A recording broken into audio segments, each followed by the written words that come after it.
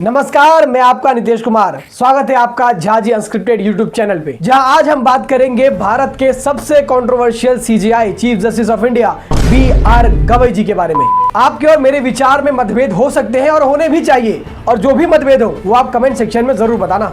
तो चलिए शुरू करें अंताक्षरी, लेके प्रभु का नाम, बोलो जय श्री राम।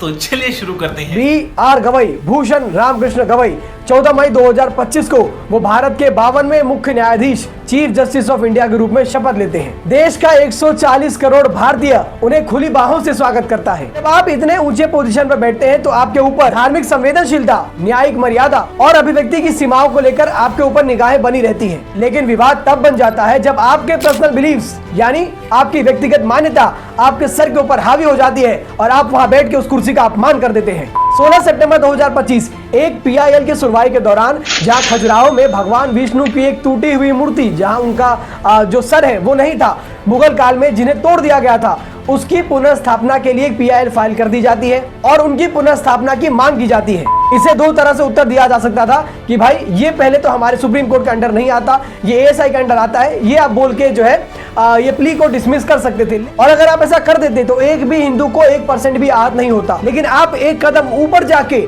अपने पर्सनल बिलीव्स को दूसरों के ऊपर थोपते हुए, अपने शब्दों को विष की चाशनी में घोलते हुए शब्दों के बाण चलाते हैं। जहां आप कहते हैं कि अगर आप भगवान विष्णु के कट्टर भक्त हैं, आप उनको मांगते हैं, तो अपने विष्णु भगवान से ही कहिए कि कुछ करे, उनसे कहो कुछ करे, आप प्रार्थना करो, तपस्या करो। क्या एक व्यक्ति जो चीफ जस्टिस ऑफ इंडिया के पद पर बैठा है, उसके मुंह से ऐसी असंवेदनशील भाषा का प्रयोग होना आपको छोटी बात लगती है?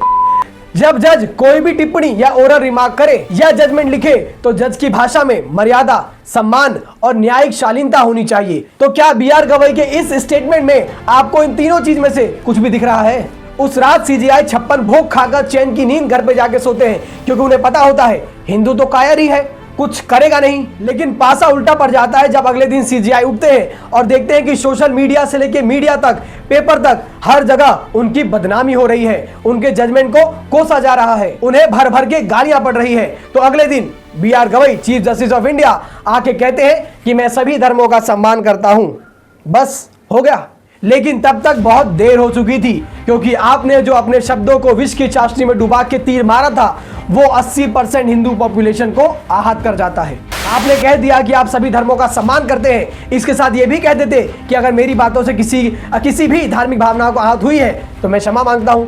हिंदू इतने स्वभावशील हैं, इतने शालीन हैं कि वो आपको पल भर में माफ कर देते, क्योंकि हम सर तन से जुदा करने में मानते ही नहीं है।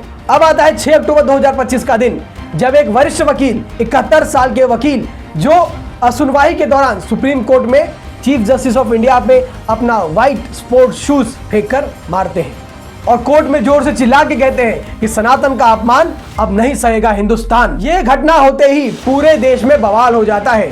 पूरा देश 3 ग्रुप में बढ़ जाता है। पहला ग्रुप राकेश किशोर जी को अंधा सपोर्ट करता है। वो कहता है कि राकेश किशोर जी एक सनातनी फाइटर है, जिन्होंने अपने हक के लिए लड़ाई लड़ी है। दूसरा ग्रुप कहता है कि कानून की दृष्टि से यह बहुत गलत बात है, ऐसा नहीं होना चाहिए, लेकिन सीजेआई को भी अपने शब्दों की मर्यादा का ध्यान रखना चाहिए था।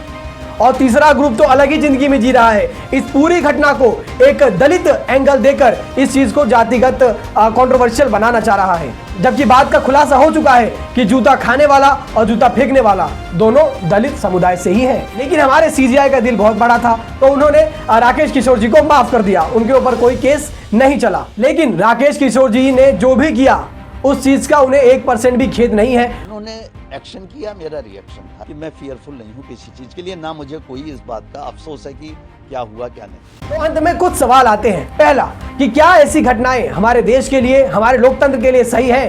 तो जवाब है बिल्कुल नहीं। दूसरा सवाल यह आता है कि गलती किसकी है, सीजेआई की या किशोर जी की? तो सुप्रीम कोर्ट ने ही 2021 में कहा है कि जजों को अपनी भाषा की मर्यादा और सीमा में रहकर बात कहनी चाहिए। लेकिन गवई जी की इस टिप्पणी से कहीं भी मर्यादित भाषा तो नहीं लगती। तो बी.आर. गवई जी ने जो भी बोला ये उसका रिपरकशन था। खाली तकलीफ इस बात की है कि उस सीजेआई की कुर्सी का अपमान होता है जब ऐसे लोग वहां जाकर बैठते हैं। तीसरा सवाल, कि क्या सीजेआई को जूता मारना ही लास्ट ऑप्शन था? तो जी बिल्कुल नहीं। राकेश किशोर जी एक वरिष्ठ वकील है, उनको एक बहुत सारे कानून तरीके पता होंगे, जैसे कि इम्पीचमेंट, ऐसे तरीके हैं जिससे जज साहब जो सीजेआई है उनको सजा दी जा सकती थी। हाँ, उसमें बहुत टाइम लग जाता और समय जब बीतता है तब किसी को 1% भी कोई चीज याद रहती भी नहीं। गवई जी का ये स्टेटमेंट भारत की 80% पॉपुलेशन, जो हिंदू पॉपुलेशन है, जो शांति में मानती है, समृद्धि में मानती है, उनको वायलेंट होने पे मजबूर करता है और उनको इस न्यायिक प्रणाली पे भरोसा ना करने की एक वजह देता है। रहा चलता आदमी से लेकर सीजीआई जैसे बड़े पद तक कोई भी उठ के अगर सनातन का अपमान करेगा तो क्या हम चुपचाप बैठे रहेंगे? अगर हम चाहे तो हम सड़क पे उतर के अपने कृष्ण जन्मभूमि ज्ञान वापी को हाथ में कंट्रोल में ले सकते हैं, आपको नीचे झुका सकते हैं, लेकिन हिंदू कभी भी वायलेंस को फर्स्ट ऑप्शन में रखता ही नहीं। वरना जैसा आपने कहा कि पूछो अपने भगवान से, अगर हमने अपने भगवान से पूछ लिया, अगर हिंदू गीता पढ़ के धर्म युद्ध के लिए आ गए, तो हमारे श्री कृष्ण ने तो कहा ही है कि धर्म की स्थापना के लिए लड़ो पार्थ लड़ो। वीडियो पसंद आई हो तो लाइक और सब्सक्राइब जरूर कर देना। राधे राधे, जय श्री राम, जय हिंद।